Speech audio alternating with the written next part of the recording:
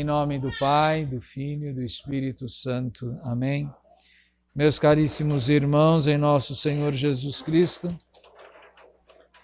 nesse domingo, novamente, a Igreja nos convida a refletirmos sobre a nossa própria vida espiritual, convidando-nos a entender que todos nós somos chamados a uma vocação. E São Paulo vai usar uma expressão até bastante forte. Eu sou prisioneiro por causa do Senhor. E para isto, para continuarmos assim, unidos a Ele, precisamos levar uma vida digna da vocação que recebemos de Deus. E para isso, 3 virtudes são necessárias para todas as vocações, independente da vocação. Quem quer de fato perseverar na amizade com Deus e quer cumprir com fidelidade este chamado, ele vai dizer que há 3 virtudes: humildade, mansidão e paciência, que vai nos levar a suportar com caridade uns aos outros. Em primeiro lugar, é preciso compreender essa palavra prisioneiro. É sempre uma analogia, a gente pensa logo que prisioneiro é aquele que está preso, que está amarrado, que está numa prisão. Bom, mas aí é por causa do crime que cometeu. Mas nós podemos também falar de prisioneiros por amor. Eu quero me manter unido a Deus e nunca me desatar dele. Quero ficar preso a ele. Aqui a expressão prisioneiro não é negativa, não é vamos dizer assim, não tira o valor, não é depreciativa. O marido e a mulher, quando se casam, podemos usar a palavra que um se torna prisioneiro do outro? Sim, mas por liberdade. Uma das perguntas essenciais na hora do matrimônio é aquela que o padre pergunta: é de livre e espontânea vontade que você quer se casar? Não é? Daí o noivo diz sim, a noiva responde sim. E se o padre só acrescentar, é de livre e espontânea vontade que você quer ser prisioneiro dela e ela de você? É a mesma pergunta. Não é? Por quê? Porque se vocês vão ter de viver até que a morte vos separe, isso é prisão. Nossa, mas se o senhor falar assim, o senhor está depreciando o matrimônio. Estaria, se você não tivesse feito isso por liberdade, se você não tivesse feito isso por amor. Porque você também prometeu: quero te amar por toda a vida, te respeitar um ao outro. Sim. Então, é uma prisão que nos leva, não é, ao céu. Vamos entender o valor das palavras utilizadas, não é? Cada uma no seu lugar. É diferente da união dos animais. Os animais, entre aspas, não é, se casam, eles se unem, não é? Não por amor, apenas por reprodução. É instinto. A leoa não ama o leão. Ela age só por instinto. O leão não ama a leoa, ele age por instinto. O homem não pode se unir à sua esposa como o leão se une à leoa. Porque o homem tem inteligência e vontade livre. E o leão não precisa ser manso, nem humilde e nem paciente. Porque tudo nele está determinado, pré-determinado pelo instinto. Por Deus, portanto. O homem está, vamos dizer assim, predeterminado a aprender a pensar, a aprender a escolher e a tomar decisões na sua vida. Deve ser livre para fazer isto. Para isso, o homem precisa da humildade para poder aprender. Esta virtude começa a ser ensinada já desde quando as crianças são pequenas. Pouco a pouco, elas vão percebendo as coisas. Primeiro, apenas por imitação. E depois, quando chegam ao uso da razão, começam a refletir sobre isto. Nós, que já somos adultos, sabemos que quando o homem se fecha no orgulho, ele não consegue mais aprender nada. Vejam, os fariseus estavam diante do mestre, até chamaram Jesus de mestre. Aqui a gente poderia, por causa da consequência da leitura, pensar, será que eles estavam chamando Jesus de mestre porque eram humildes e queriam aprender alguma coisa? Ou estavam chamando de Jesus de mestre por ironia, por fingimento, porque estavam fazendo pergunta não para aprender, mas para provocar, para provar Jesus. Reparem, é fácil perceber quando a pessoa tem ou não tem um pouco de humildade. Quando ela pergunta para aprender e quando ela pergunta por malícia, por ironia, para causar incômodos. Mas sem a virtude da humildade, pensemos na vida matrimonial. Como pode um esposo e uma esposa conviverem? Se só ele tem razão, se só ela diz a verdade, se só ele manda, se só ela não é, tem de fazer tudo, não é? Então, o matrimônio não vai dar certo. Porque o homem que acha que não tem nada a aprender com a sua esposa, para que você se casou? Se a esposa casou com o marido e acha que ele não pode ensinar nada, para que casou? Se um não precisa do outro, para que se casaram? Mas quando tem humildade, podem crescer. Um pode trazer para dentro de casa toda a experiência anterior ao matrimônio e o outro igualmente. As experiências que teve com os pais podem dividir as dificuldades. A segunda virtude, e isso se aplica a qualquer vocação. Para o sacerdote, a mesma coisa. Para o mundo inteiro. Mas se o sacerdote acha que sabe tudo, então para que ele nem precisa ser padre?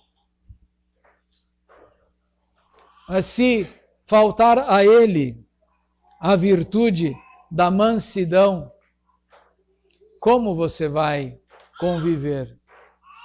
Porque agitação sempre vai fazer parte da vida. Mas normalmente quando o homem se deixa levar pela agitação, quando o homem perde a calma, não é? E parte para a agressividade, parte para a ira, ele perde o controle. E quando a pessoa perde o controle, ela não sabe onde vai parar. Pode chegar a situações desde uma ofensa por palavras até uma agressão física. E a terceira virtude da paciência. O homem talvez conseguiu inventar um instrumento que ajuda muito o homem a praticar a virtude da paciência, que é o relógio. Não é? Você está com pressa, mas ele continua 1 segundo por vez. Você está atrasado e quer que ele diminua a velocidade, ele continua andando na mesma velocidade. Ele marca o tempo. Você está com pressa, mas o tempo é o mesmo. A sensação de que o dia foi muito rápido é só da sua cabeça, porque o relógio não correu mais e nem correu menos. A paciência é aquela virtude, então, que nos leva a entender que cada coisa acontece numa hora certa, não na hora que você quer, nem na hora que você precisa. Mas somos nós que devemos nos adaptar ao tempo e não o tempo se adaptar a nós. E assim, meus irmãos, estas três virtudes, elas produzem na pessoa um modo de viver que é inevitável. Ele vai nos levar a viver a caridade, o amor. E o amor é que vai completar e vai nos dar a graça de suportar uns aos outros, porque não tem como não viver assim, né? Há problemas que se resolvem em 1 minuto, problemas que se resolvem em 1 dia e problemas que se suportam por toda a vida. Não acaba. Vai ter de enfrentar isso a vida toda. A gente precisa parar e refletir e entender, saber distinguir as coisas, para eu não cair numa ansiedade ou num desânimo que faz com que eu não faça nada. Nós ouvimos Jesus no Evangelho tratando com esses fariseus. Na missa do domingo passado, novamente, Jesus tratou dos fariseus. Precisou deixá-los cair em confusão e eles não souberam o que responder. E mais uma vez acontece isso na missa de hoje. Jesus é questionado por esses homens que não querem aprender. O que eles acham, não é? É o que está certo.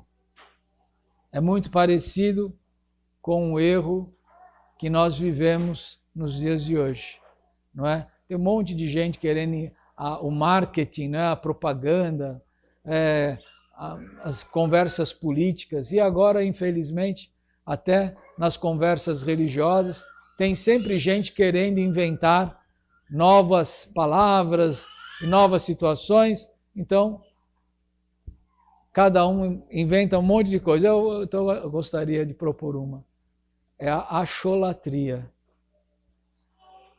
É a pessoa que idolatra a própria opinião. E que ele põe a opinião dele acima de tudo, de todos.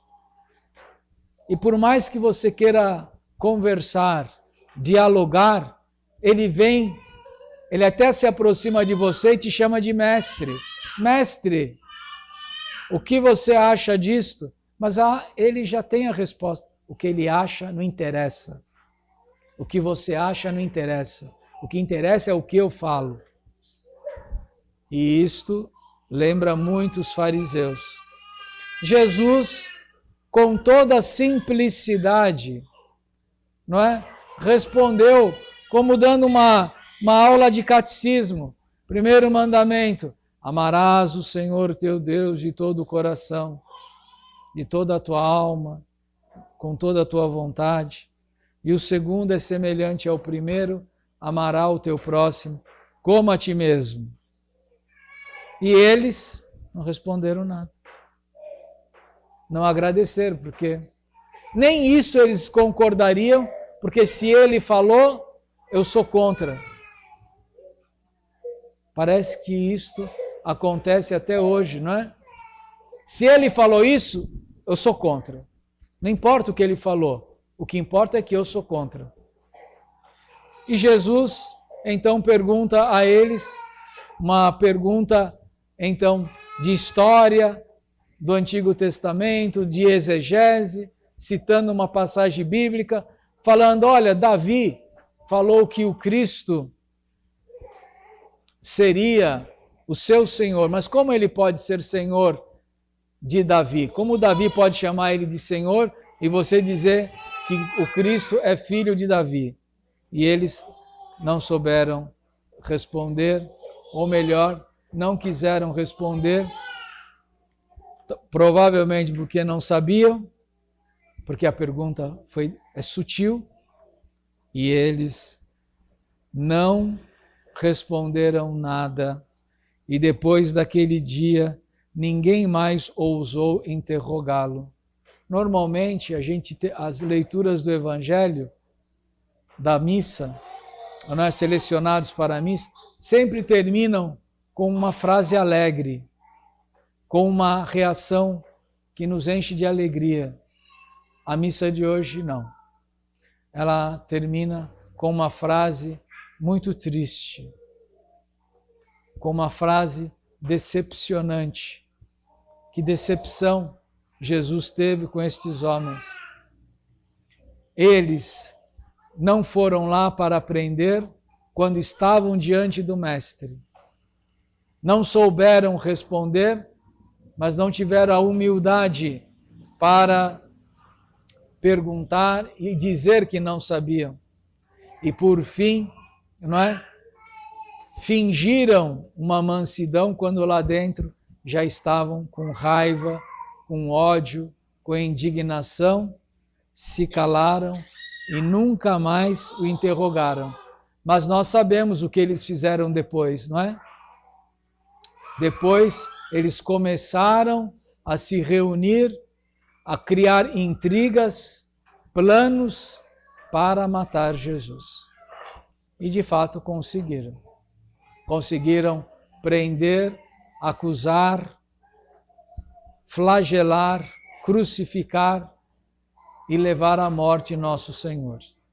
Por fim, no entanto, e é por este motivo que estamos aqui, o Senhor ressuscitou e eles se calaram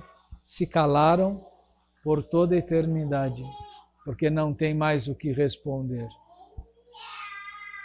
Não sabemos o que aconteceu com eles, mas é de se imaginar que se eles perseveraram neste orgulho, se perderam. E se vieram a se perder, não é? Perderam uma grande oportunidade na sua vida. Que Deus nos livre do mesmo erro. Que cada um de nós, dentro da sua própria vocação, procure crescer na humildade que o leve a aprender, a mansidão que o leve a ensinar, a paciência que te faça agir com calma e que a caridade seja a matriz, seja o combustível da sua alma em todas as suas ações. Em nome do Pai, do Filho, do Espírito Santo. Amém. Ave Maria, cheia de graça, o Senhor é convosco. Bendita sois vós entre as mulheres, e bendito é o fruto do vosso ventre, Jesus. Santa Maria, Mãe de Deus, rogai por nós, pecadores, agora e na hora da nossa morte. Amém. In nome del Padre, del Figliolo e dello Spirito Santo, e così sia. Sia lodato Gesù e Maria, e buonanotte a tutti.